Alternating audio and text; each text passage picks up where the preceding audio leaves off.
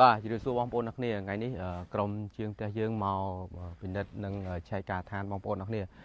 ការឋានយើងនេះគឺនៅខាងកោះកុងបងប្អូនអ្នកគ្នាហើយថ្ងៃនេះក្រុមជាងបានធ្វើការដោយសារតែកោះកុងយើងជាប់មេឃបងប្អូនអញ្ចឹងឲ្យតែមេឃទៅទុំបន្តិចភ្លៀងមកមេឃទៅទុំភ្លៀងអញ្ចឹងថ្ងៃនេះយើងសម្រាប់អព្រឹកទៀតហើយដោយសារតែមេឃភ្លៀងពេកហើយពីម្សិលមិញពេលល្ងាចក៏ភ្លៀងដែរតោះយើងឥឡូវទៅចូលមើលខាងក្នុងបន្តិចបងប្អូនអ្នកគ្នាផ្ទះនេះយើងធ្វើបានច្រើនទេបងប្អូនអ្នកគ្នាជាប្រភេទម៉ូតផ្ទះល្វែងស្អាតម្យ៉ាងធ្វើប្លង់ 3D នៅក្រោមបងប្អូនអាចពិនិត្យមើលបានហើយការងារយើងគឺយើងបានរៀបឥដ្ឋបូកតែយើងអត់ទាន់ស័យទេបងប្អូនអ្នកគ្នាហើយនេះគឺជាបរិខាខាងកន្លែងទទួលភ្ញៀវបងប្អូនអ្នកគ្នាចំពោះផ្ទះនេះដែរគឺទំហំវែងមែនតើបងប្អូនគឺក្បាល5គាត់ឲ្យ20ម៉ែត្របងប្អូនអ្នកគ្នាអញ្ចឹងយើងទៅមើលខាងក្នុងបន្តិចបងប្អូននេះអានេះគឺល្អល់តិចបងប្អូនអានេះគឺផ្លូវដើរ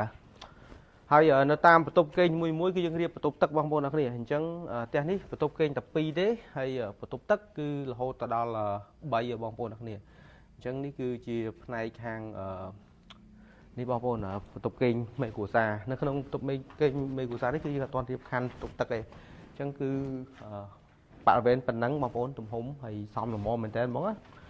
សម្រាប់គ្រួសារអត់ចាំបាច់ទៅប្រើប្រាស់បន្ទប់ទឹកនៅខាងក្រៅទេប៉ុន្តែគាត់ថាវាទាមទារទីធ្លាដីរឿងធំបងប្អូនអញ្ចឹងដីគាត់នេះគាត់ធ្វើពេញដីបណ្ដោយបងប្អូនអរគ្នាអញ្ចឹងនេះគឺបន្ទប់បន្ទាប់ទៀតក៏មានបន្ទប់ទឹកដែរបងប្អូនតែយើងអត់ទាន់រៀបខណ្ឌណានេះគឺអត់ទាន់រៀបខណ្ឌទេដោយសារតែយើងធ្វើការតាមស្ថានភាពសិនបងប្អូនអាយ៉ាភ្លៀងនៅកំពង់សោមនៅកោះកុងយើងគឺកោះកុងជាប់មេឃបងប្អូនឲ្យតែភ្លៀងបន្តិចឲ្យតែមេឃសន្ទុំតិចភ្លៀងមេឃសន្ទុំតិចភ្លៀងហើយនេះគឺខាងផ្ទះបាយផ្ទះនេះអ្វីដែលពិសេសនោះគឺថាផ្ទះបាយគឺធំទូលាយហ្មងបងប្អូនអរគ្នាផ្ទះបាយធំជាង